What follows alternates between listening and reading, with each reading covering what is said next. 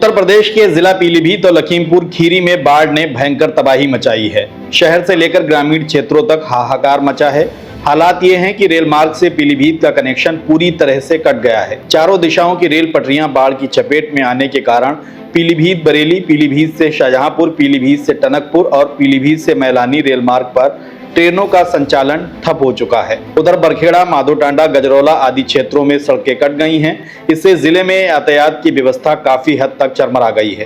हालांकि जिन रूटों पर सड़कों की हालत ठीक है, वहां रोडवेज और वहां दूसरे साधनों से आवागमन हो रहा है। बाढ़ और बारिश से जिले में जनजीवन अस्त व्यस्त है। जिला प्रशासन हालात पर नजर बनाए हुए है। पीलीभीत शहर में बाढ़ का आलम यह है कि पूरा शहर जलमग्न है।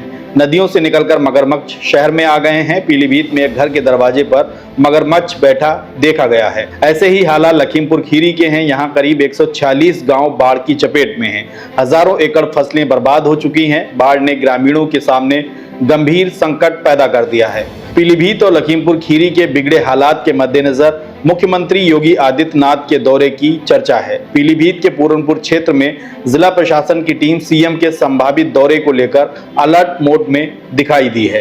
पीलीभीत की बात करें तो यहां एक दिन पहले यानी सोमवार को पीलीभीत मैलानी रेल मार्ग पर शाहगर और पीलीभीत के बीच तैयार की गई नई रेल लाइन की पुलिया पानी के तेज बहाव में बह गई थी। पुलिया बहने से रेल पटरी हवा में झूलने लगी। दूसरी तरफ खटीमा, बनबसा रेलवे स्टेशनों के बीच रेल पटरी पर भारी जल भराव हो गया था। इस वजह से पीलीभीत मैलानी और पीलीभीत टनकपुर रूट पर ट्रेनों का संचालन बंद कर दिया गया था। इधर मंगलवार को जनपद के शेष रेल मार्गों पर भी ट्रेनों का संचालन ठहर गया है।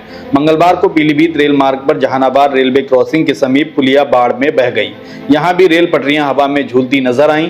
पीलीभीत शाहजहांपुर रूट पर मिघोना गांव और चक सपोरा के बीच एक पुलिया में दरार आने और बीसलपुर निगोही स्टेशनों के बीच पुल संख्या 68 पर बारिश का पानी खतरे के निशान से ऊपर चला गया। इस कारण पीलीभीत बरेली और पीलीभीत शाहजहांपुर रूट पर भी ट्रेनों का संचालन बंद करना पड़ा है। हालांकि कुछ ट्रेनों को शॉर्ट टर्मिनेट किया गया है। पहाड़ से लेकर मैदानी इलाकों तक भारी बारिश ने तराई में बाढ़ का गंभीर संकट पैदा कर रखा है।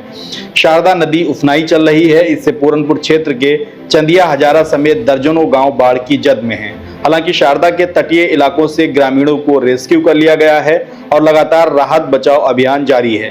पुलिस प्रशासन के साथ एनडीआरएफ की टीमें स्थितियों पर नजर बनाए हुए हैं। लेकिन पीलीभीत और लखीमपुर में बाढ़ ने जो कहर बर्पा किया है उससे लोग हिल गए हैं। शायद पीलीभीत या लखीमपुर में ये पहला मौका है जब बाढ़ ने इस तरह से भयंकर तबाही मचाई है।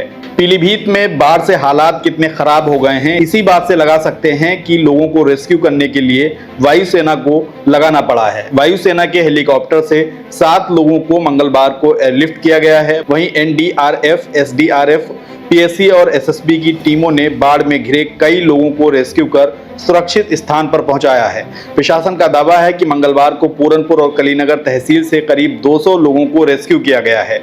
इसमें अधिकांश को बाढ़ शरणालयों में रखा गया है। कम्युनिटी किचन के माध्यम से सभी को भोजन उपलब्ध कराया जा रहा है। कहीं भी जान माल के नुकसान की खबर सामने नहीं आई है।